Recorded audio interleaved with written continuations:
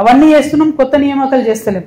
గురుకులాలలో guest faculties లేవు, hostel wardens లేరు, R&B నియామకాలు లేవు, RTIలో లేదు. అంటే ఎందుకు ఇవన్నీ చెప్తా ఉన్నా అంటే ఓవరాల్గా రాష్ట్రంలో ఉన్నటువంటి పరిస్థితులన్నీ మనం గమనిస్తే మన తెలంగాణ సామాజిక తెలంగాణ కావాలంటే అన్ని రకాల మార్పులకు నాంది పలకాలే. మనం బీఆర్ఎస్ హయాంలో కొంత జరిగింది, కాంగ్రెస్ వచ్చినాక ఏమీ జరుగుతలేదు అనేటటువంటి భావన ప్రజల్లో ఉంది. మరి అది పోవాలే, మార్పు నిజంగా మొదలవ్వాలంటే తెలంగాణ జాగృతిలాగా బలంగా ప్రజల పక్షాన నిలబడి అడిగే వాళ్ళు ఉండాలనే ఉద్దేశంతోనే మేము ఈ జాగృతి జనంబాట కార్యక్రమం మొదలుపెట్టినాం. ఈ జనంబాటలో మేము ఒకటే అంశం చేస్తున్నాం, సమస్యల దగ్గరికి వెళ్తున్నాం, ప్రజల దగ్గర నుండి సమస్యలు తెలుసుకుంటున్నాం, దాన్ని ప్రభుత్వం దృష్టికి తీసుకొస్తున్నాం, తద్వారా దాన్ని పరిష్కరించేటటువంటి ప్రయత్నం చేస్తూ ఉన్నాం. ఇది అది అని కాదు, ఏ రంగంలో అయినా మేము ప్రయత్నం చేస్తున్నాం. అందుకే ప్రతి జిల్లాకు 2 రోజులు ఉంటున్నాం. నిన్న చాలా సమస్యలు విన్నాం. ఇలా పొద్దున కూడా ఇక్కడికి వచ్చేటప్పుడు నేను పాల రైతులతో మాట్లాడి రావడం జరిగింది. నిజంగా కూడా హైదరాబాద్లో ఉండే మాకు తెలుసు, పాలు పిల్లలకు పట్టాలన్నా మనం తాగాలన్నా చాలా టెన్షన్ అవుతుంది, దేంట్లో ఏ మందు కలిపినరో తెలియనటువంటి పరిస్థితి ఉన్నది. సో పాల రైతులకు మంచి సపోర్ట్ ఇవ్వాల్సినటువంటి అవసరం ఉన్నది. అయితే ఇక్కడ ఉన్నటువంటి పెద్ద నాయకులు వాళ్ళు ప్రైవేట్గా పాల వ్యాపారాలు పెట్టుకున్నారు. SC, ST, BC హాస్టళ్లకు టెండర్లు లేకుండానే పాలు అమ్ముకొని వాళ్ళు పైసలు సంపాదించుకున్నారు. హరీష్ రావు గారు, వారి ఫ్యామిలీ, వారి సతీమణి అందరూ. కానీ మరి పాల రైతులకు మాత్రం లాభం జరగలేదు. ఈ మాట నేను ఎందుకు చెప్తా ఉన్నా అంటే ఈ ముఖ్యమంత్రి గారికి సంబంధించినటువంటి ఇప్పుడున్న ప్రభుత్వంలో official PRO of the chief minister గారు అయోధ్య రెడ్డి బోరెడ్డి గారు 2024 సెప్టెంబర్ 22 రోజు 2024 సెప్టెంబర్ 22 రోజు ఒక ట్వీట్ చేసి ఏమనంటే హరీష్ రావు గారు వారి సతీమణి పాల వ్యాపారంలోకి దిగిండ్రు, టెండర్లు లేకుండా SC, ST, BC గురుకులాలకు వీళ్ళు పాలు సప్లై చేసుకున్నారు, అది BCలకు, SCలకు, STలకు, మైనార్టీలకు దక్కాల్సినటువంటి అవకాశాలను వీళ్ళు తీసుకొని వీళ్ళు పాల మీద డబ్బు సంపాదించుకున్నారని చెప్పిండ్రు. కానీ ఆ తర్వాత 4-5 రోజులలో ట్వీట్ గాయం. అంటే ఇంత అవినీతి ప్రస్ఫుటంగా కనబడుతున్నా ప్రతి జిల్లాలో, నేను నల్గొండలో చెప్పిన, వరంగల్లో చెప్పిన, ఆదిలాబాద్లో చెప్పిన, ఇప్పుడు మెదక్లో చెప్తున్నా, హరీష్ రావు గారి బినామీలు, వారి కంపెనీలు, వారి దందాలు. ఇంతవరకు ముఖ్యమంత్రి గారు కనీసం కదులుతలేరంటే హరీష్ రావు గారికి ముఖ్యమంత్రి గారికి ఉన్న అండర్స్టాండింగ్ ఏంటిది, ఎందుకోసం ఆయనను కాపాడుతున్నాడు, ఈ ముఖ్యమంత్రి గారు చెప్పాల్సినటువంటి అవసరం ఉంది. అట్లానే అనేక విషయాలు మీ దృష్టికి తీసుకొచ్చినాం. ఈ తర్వాత ఈ ప్రెస్ మీట్ తర్వాత మరి మెదక్ జిల్లాలో ఉండేటటువంటి పెద్దవాళ్ళు, ఇంటలెక్చువల్స్ అందరినీ కూడా కలుస్తున్నాం. ఆ తర్వాత మళ్ళీ ఇంకా కొన్ని సమస్యలు చూసుకొని మేము హైదరాబాద్ వెళ్ళడం జరుగుతుంది. మీ అందరికీ మెదక్ జిల్లా ప్రజలకు ముఖ్యంగా నేను ఇచ్చేటటువంటి మాట ఏంటంటే తెలంగాణ జాగృతిలో వచ్చిరా పోయినరా అన్నట్టు కాదు, మేము ఏ జిల్లాకు పోయినా వెళ్ళే ముందు మంచిగా మళ్ళీ అడాక్ కమిటీలు వేసుకుంటున్నాం. మా కమిటీల ద్వారా ఈ సమస్యల మీద నిరంతరం పోరాటం చేస్తాం. తప్పకుండా తెలంగాణ జాగృతి సంస్థ ఇదివరకు ఎట్లా అయితే బలంగా ఉండేనో అంతకంటే ఎక్కువ బలోపేతం చేస్తాం. ప్రతినిత్యం ప్రజల్లో ఉంటాం.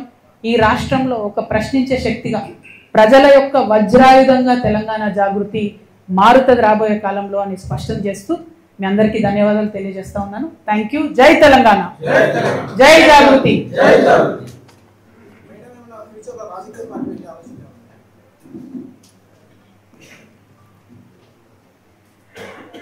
ఇప్పుడు రాజకీయ పార్టీ అనేటటువంటిది పక్కన పెడదాం బ్రదర్. నేనేమంటున్నా అంటే నేను 20 సంవత్సరాలు ఒక రాజకీయ పార్టీ కోసం పనిచేసిన BRS పార్టీలో. అంతకుముందు తెలంగాణ జాగృతి సంస్థ ఇండిపెండెంట్గా ఒక 6 సంవత్సరాలు నడుపుకున్నాను. నడిపినప్పుడైనా రాజకీయ పార్టీలో పనిచేసినప్పుడైనా నాకు అర్థమైంది ఒకటే, ప్రజల పక్షాన నిలబడడం ఇంపార్టెంట్. పార్టీ పెట్టినామా, సంస్థగా ఉన్నామా అన్నది కాదు, ప్రజల పక్షాన నిలబడడం ఇంపార్టెంట్. ఇప్పుడు రాష్ట్రంలో ఉన్న పరిస్థితులు మీరు చూస్తున్నారు. నిన్న జూబ్లీ హిల్స్ ఉప ఎన్నికలు వచ్చిన రిజల్ట్ మీరు చూసిండ్రు. ఏం జరిగింది? మొత్తం ఊర్లలో ప్రతి చోట ఎక్కడ పోతున్నా కాంగ్రెస్కి వ్యతిరేకత ఉన్నది. అది మీకు కూడా తెలుసు. అంత వ్యతిరేకత ఉన్నా అన్ని వేల మెజార్టీతో కాంగ్రెస్ పార్టీ ఎట్లా గెలిచింది, ఎందుకు గెలిచింది అంటే అనుకున్న స్థాయిలో ప్రతిపక్షమైనటువంటి BRS అందుకొని పనిచేయలేకపోతుంది అన్నది క్లారిటీగా అర్థమవుతున్నది. అక్కడ వాళ్ళు సోషల్ మీడియాలో ఉద్యమాలు చేస్తున్నారు తప్పితే కిందకు వచ్చి ఎటువంటి ఉద్యమాలు చేస్తలేరు. ఇంకొకటి పేరుకు కృష్ణార్జునులు అని చెప్పుకొని ట్వీట్లు పెట్టుకొని వాళ్ళది వాళ్ళు ఒకళ్ళు జబ్బ ఒకళ్ళు జరుచుకుంటూ తప్పితే, ఒకళ్ళు వీపు ఒకళ్ళు జరుచుకుంటూ తప్పితే పెద్దగా క్షేత్రస్థాయిలో పనిచేయలేదని అర్థమైంది. అంటే ఇలా చాలా కుట్రలు కూడా జరిగినాయి అనుకోండి జూబ్లీ హిల్స్ ఎన్నికలలో. అవి సమయం సందర్భం వస్తే తప్పకుండా అవి కూడా చెప్తాం. కాకపోతే ప్రతిపక్షాలు ప్రజల ఎక్స్పెక్టేషన్ మేరకు పనిచేసినట్టయితే రిజల్ట్ మంచిగా వేరే రకంగా ఉంటుండే జూబ్లీ హిల్స్. సో ఆ ఎక్స్పెక్టేషన్కి తగ్గట్టుగా వాళ్ళు పనిచేస్తలేరు. అక్కడే తెలంగాణ జాగృతి వచ్చి ప్రజల మధ్య నిలబడి ప్రశ్నించాల్సినటువంటి అవసరాన్ని గుర్తించినాం కాబట్టి ఇంత పెద్ద కార్యక్రమం తీసుకొని ప్రతి జిల్లాకు కూడా వెళ్ళి పనిచేస్తా ఉన్నాం. Thank you. జై తెలంగాణ, జై తెలంగాణ, జై జాగృతి.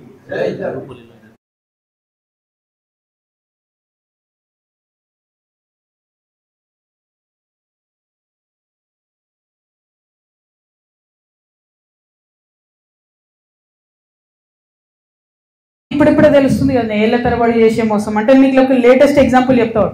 నిన్న జూబ్లీహిల్స్ ఎన్నికల్లో నేను ఒక మాట చెప్పిన, నాకు జూబ్లీహిల్స్ ఎన్నికతో సంబంధం లేదు భయ్ అని చెప్పిన. సరే అయినా సరే ఒక 15 మంది ఇండిపెండెంట్లు వచ్చి నా దగ్గరికి, అక్క ఇట్లా మేము విత్డ్రా చేసుకుంటాము, ఎవరికి సపోర్ట్ చేయమంటారని అడిగారు. నేనన్నా నాకు సంబంధం లేదు భయ్ జూబ్లీహిల్స్ ఎన్నిక, మీరు ఎవరి దగ్గరికి అన్నపోండి అని చెప్పి వాళ్ళు చక్క హరీష్ అన్న దగ్గర పోయారు. తర్వాత వాళ్ళు చెప్పిన ముచ్చండి నేను నాకు చక్క వాళ్ళు హరీష్ అన్న దగ్గర పోయారు. నేనంటే బీఆర్ఎస్ పార్టీలు లేను, నేను ఏ పార్టీకి సపోర్ట్ చేయదలుచుకోలేదు కాబట్టి నేను దూరం ఉన్నా. హరీష్ రావు కూడా అదే ఆన్సర్ చెప్పారట, మీ ఇష్టం పోయి ఎవరికైనా వేసుకొని అన్నారట. అంతకన్నా ముందేం చేసిర్రు హరీష్ రావు గారు, అంటే బీఆర్ఎస్కి మోసం చేసినట్టే కదా ఆయన. అంతకన్నా ముందేం చేసిర్రు హరీష్ రావు గారు, ఎలక్షన్ పెట్టక ముందే ఇవ్వకి పలానా క్యాండిడేట్ని పెడితే మీకు సపోర్ట్ చేస్తా కాంగ్రెస్ కానీ చెప్పపిరట పైకి, వాళ్ళు వద్దన్నారట. అన్నాక ఈయన సైలెంట్ అయిపోయి. అంటే గమ్మత్ ఏముంటుంది హరీష్ రావు గారిది అంటే తెలియడానికి టైం పడుతుంది. ఎందుకంటే ఇవాళ వారి అన్ఫార్చునేట్ వారి తండ్రి గారు చనిపోయినారు. అయితే వారు లోపల ఉన్నారు ఇంట్లో. అక్కడి నుంచి కూడా ఎలక్షన్ అవుతున్న సమయంలో టెలికాన్ఫరెన్స్లు అవి పెట్టి మాట్లాడారు. అప్పుడు హరీష్ రావు గారి భజన పరులంతా ఏం బిల్డప్ ఇచ్చిరు, హరీష్ అన్న ఇంత కష్టంలో కూడా పార్టీ కోసం నిలబడి టెలికాన్ఫరెన్స్ పెడుతురు అన్నారు. రిజల్ట్ ఉల్టాయే వరకు ఏం భజన మొదలుపెట్టింది నిన్నటి నుంచి. హరీష్ అన్న లేకపోయా, హరీష్ అన్న ఉంటే అసలు ఇక ఒక్క సీటు కానీ వేసి ఉంటే హరీష్ అన్న జూబ్లీహిల్స్ గెలుస్తుంటే మన లెవెల్లో మళ్ళీ పెడుతున్నారు. అంటే వెంటనే తప్పించుకోవడం, అప్పటి వరకు మోసం చేయడం, ఇది హరీష్ రావు గారి నైజం. సో ఇంటి దొంగని ఈశ్వరుడైన పట్టలేడు అన్నట్టు చాలా టైం పట్టింది. ఏదో నాకు తెలిసింది కాబట్టి నేను గట్టిగా మాట్లాడుతున్నా కాబట్టి నన్ను బయట వారేసి. బట్ అక్కడ ఉన్నవాళ్ళు వారు ఆలోచన చేసుకోవాలి. At the same time Ramanna కూడా ఒక సభ కాగానే ఏదో మేమే సార్ను మోస్తున్నట్టుగా కార్టూన్ లేపించేసుకొని హరీష్ రావు గారు సార్ను మోసినట్టు ఒకసారి, రామన్న గారు సార్ను మోసినట్టు ఒకసారి, ఎవరమేమేమంతా సార్ కింద బచ్చగల్లం అందరం బచ్చగల్లం ఉంటే బాగుంటుంది. ఇలా నన్ను బయటకు వారేసిండ్రు కాబట్టి నేను నెత్తి మీద బతుకమ్మ ఎత్తుకున్నట్టు నెత్తి మీద తెలంగాణ సమస్యలు ఎత్తుకొని తిరుగుతున్నాయి అలా. కాబట్టి నేను బలంగా మాట్లాడుతున్నాను. బట్ ఒక పార్టీలో ఒక సిస్టంలో ఉన్నప్పుడు నాయకుడు కోరుకున్న చేయాలి. వీరేం చేస్తున్నారు, సభ సక్సెస్ చేయగానే రామన్న నెత్తి మీద సార్ పెద్ద సార్ ఫోటో పెట్టి నేనేం మోసినా అని ఆయన వేసుకున్నాడు కార్టూన్. తెల్లారి ఈయనేం చేసిండు, హరీష్ అన్న వి ప్రకాష్ లాంటి వాళ్ళని కొంతమందిని పెట్టుకొని అసలు హరీష్ లేకపోతే కేసీఆరే లేడు, హరీష్ లేకపోతే తెలంగాణ ఉద్యమమే లేదు, ఏంది ఇది అవసరమా? ఇప్పుడు ఇక్కడ పద్మదేవేందర్ రెడ్డి గారు ఉన్నారండి, వీరు 2009లో ఎక్కడున్నారండి? కేసీఆర్ గారు మీరు నాకు గుర్తుంది 2 చేతులతోని దుమ్మెత్తి పోసి పార్టీని ఇడిచిపెట్టి వెళ్ళిపోయింది ఆమె టికెట్ ఇవ్వకపోతే. మేడము వెళ్ళిపోయినరా, మళ్ళా జర ఉద్యమం గట్టిగా ఈ సార్ దీక్ష చేయగానే ఎట్లా వచ్చింది వాపస్? ఎవరు సపోర్టు మేడంకి, ఆ దేవేందర్ రెడ్డి అన్నకి? హరీష్ రావు గారు కదా. మరి ఈ జిల్లాలో ఒకే సపోర్ట్ ఉన్నారు, తీసుకొచ్చిరు. ఇక్కడ వింటుంటే అసలు ఎంత ఘోరం అండి వస్తుంటే అవి నాకు కొన్ని చెప్పబుద్ధి అయితే లేదు. ఒక్కొక్క ఉద్యోగం ఇస్తామని 2 లక్షలు తీసుకుంటారా, 3 లక్షలు తీసుకుంటారా?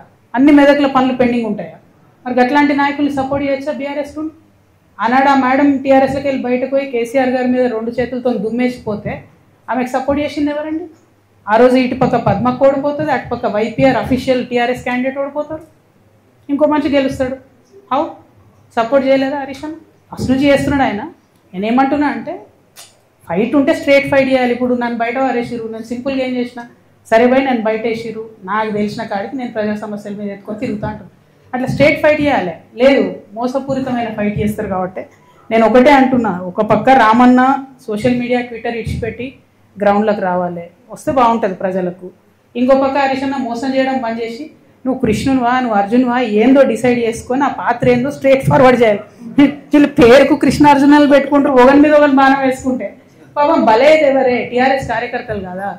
ఇప్పుడు నిన్న నిజంగా చెప్తున్నా, నేను వచ్చి మెదక్ జిల్లాలో ఉన్నా అంటే జూబ్లీహిల్స్ ఎన్నికల తర్వాత కొన్ని వేల మంది బీఆర్ఎస్ కార్యకర్తలు, కొన్ని వేల మంది నేను చెప్తున్నా, అక్క మీతో ఉంటాం, మీతో వస్తాం, వీళ్ళు నమ్ముకుంటూ ఉండలేదు. నేను కూడా చెప్తున్నా, తమ్ముళ్ళు మీరు వీళ్ళిద్దరు నమ్ముకుంటే వాళ్ళు ఒకరినొకరు బాణాలు వేసుకుంటే సరిపోతుంది. పక్కోని మీద వేయరు, పక్కపాటోని మీద వేయరు, మనోళ్ళనే. అరే ఇక్కడ నిన్న నేను ఒకరింటికి పోతే పాపం ఆయన పక్కకు పిలిచి చెప్తున్నాను, అక్క ప్లీజ్ మీరు నమ్మకండి, వీళ్ళు మనకు పార్టీకి చేస్తలేరు పని అంటే నేనే లేను కదా పోయి పార్టీలు అంటే, లేదక్క మేము మీతోనే ఉంటాం, పార్టీ కార్యకర్తలకు మాత్రం ఏమాత్రం లాభం జరగలే అని చెప్తున్నారు. ఎవరండి ఈ జగదీష్ రెడ్డి ఎవరు చెప్పు, ఈ ప్రశాంత్ రెడ్డి ఎవరు చెప్పు, ఈ మదన్ రెడ్డి గారు ఎవరు, నిరంజన్ రెడ్డి గారు ఎవరు, ఏముండే వాళ్ళకు, ఇప్పుడు ఎట్లున్నారు వాళ్ళు? కొన్ని కార్యకర్తలు ఉన్నారు, నేనే ఉన్నా, మీరు చూసుకోండి, నా ఆస్తిపాస్తులు లెక్కలు తీసుకోండి. 2014 ముందు ఏది ఉంది అదే ఉంది నా దగ్గర. ఛాలెంజ్ చేసి చెప్తున్నా, 3 ఏళ్ళు ఈడీ సిబిఐ నా ఎంటబడ్డది, కీసమెత్తనే ఏమన్నా ఉన్నదా నా దగ్గర అదనంగా? నాలాంటి ఉద్యమకారులు ఇక్కడ 100 మంది ఉన్నారు, దగపడ్డ ఉద్యమకారులు, వీళ్ళకి ఏముందండి? నేనేమంటున్నా అంటే బ్రదర్, నేను చెప్పాను, నేనేమంటున్నా అంటే టీఆర్ఎస్ పార్టీ కార్యకర్తలను ముంచుడు, నాయకులు పెరుగుడు, ఇది కరెక్ట్ కాదు. పార్టీ అనేది ప్రజల పక్షాన ఉండాలి, అవకాశం ఉంటే అట్లా పనిచేస్తే బాగుంటుంది. ఏమన్నారు? నేను చీట్ గురించి మాట్లాడతలేనే, నేను ఆస్తుల గురించి చెప్తున్నా. నువ్వు ఇంటలే బ్రదర్, నువ్వు ఆస్తుల గురించి చెప్తున్నాను, కేసు గురించి చెప్తున్నాను. కేసు గురించి మాట్లాడడానికి ఉండదు కదా, కేసు గురించి చెప్తున్నాను. నేను బీఆర్ఎస్ పార్టీ కార్యకర్తలు, ఆస్తులు, ఉద్యమకారులు మా గురించి నేను చెప్తున్నాను.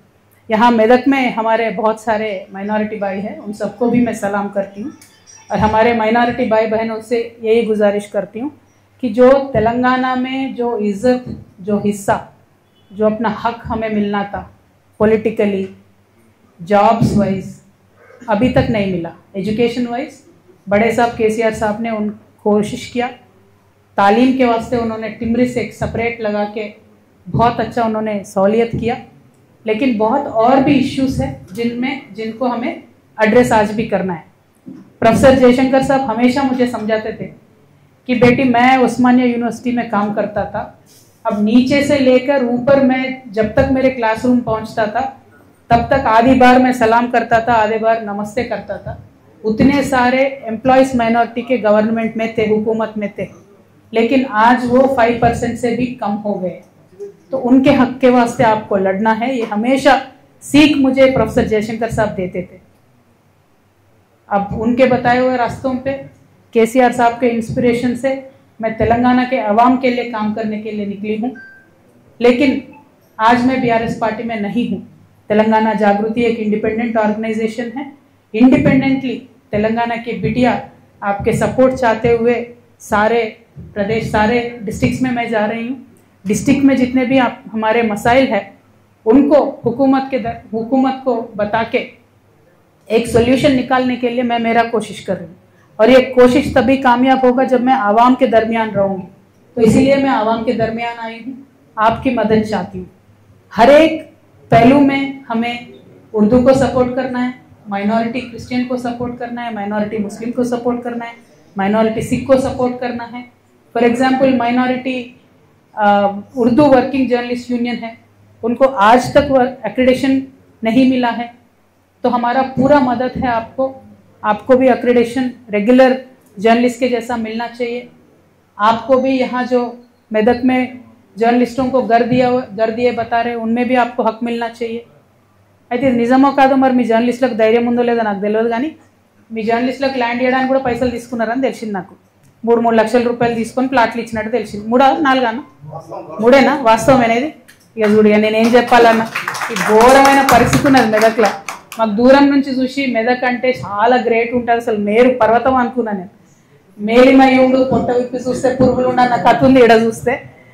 బట్ ఏమైందన్న?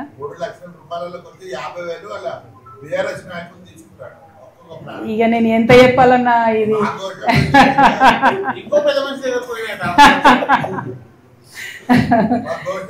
ఏమైందో నాకు తెలియదు, కానీ పట్టాలు కూడా ఆపిరు. అయ్యకపోతే ఇక మీరు జర్నలిస్ట్లే అడగకపోతే నేనేం అడగాను మీ తరఫున? మీకు అంతేనా?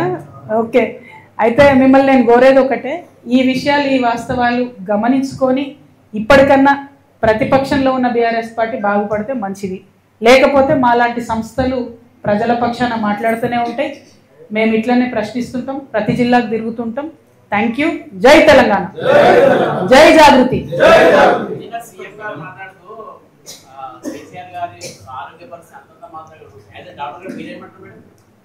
కేసీఆర్ గారు మంచిగా ఉన్నారు, చాలా బాగుంటారు. సీఎం గారికి ఏదో ఆశ, పాపం కేసీఆర్ ఆరోగ్యం బాగాలేదు, ఆయన బయటకు రాకపోతే ఈయనకి ఏదో మళ్ళీ రాజకీయంగా లాభం అయితే అంత సీన్ లేదు. కేసీఆర్ సార్ హట్టా కట్టా ఉన్నారు, మంచిగా ఉన్నారు. సార్ బయటకు వచ్చినప్పుడు సీన్ వేరే రకంగా ఉంటుంది, అది వేరే, అది పక్కకు పెడదాం. ముఖ్యమంత్రి గారు ఆశలేమి చెల్లుబాటు కావు, అది పక్కన పెట్టేద్దాం. కానీ ఎవరైతే ఈ హరీష్ అన్న కేటీఆర్ అని ఉన్నారో వాళ్ళు సార్ కళ్ళకు గంతలు కట్టి అరాచకాలు చేస్తున్న ఈ నాయకులందరినీ కూడా సేఫ్ గార్డ్ చేస్తున్నారు. అది కరెక్ట్ కాదు. మనము కార్యకర్తలను కాపాడుకోవాలి, నాయకులను కాదు. ఆ విషయం వారు గమనించుకుంటే బాగుంటుంది.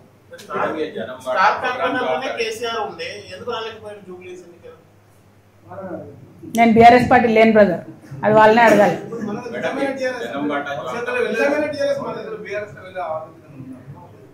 जन्म बांटा जो प्रोग्राम है आपका, ये किसके खिलाफ आपका ये बांटा प्रोग्राम है?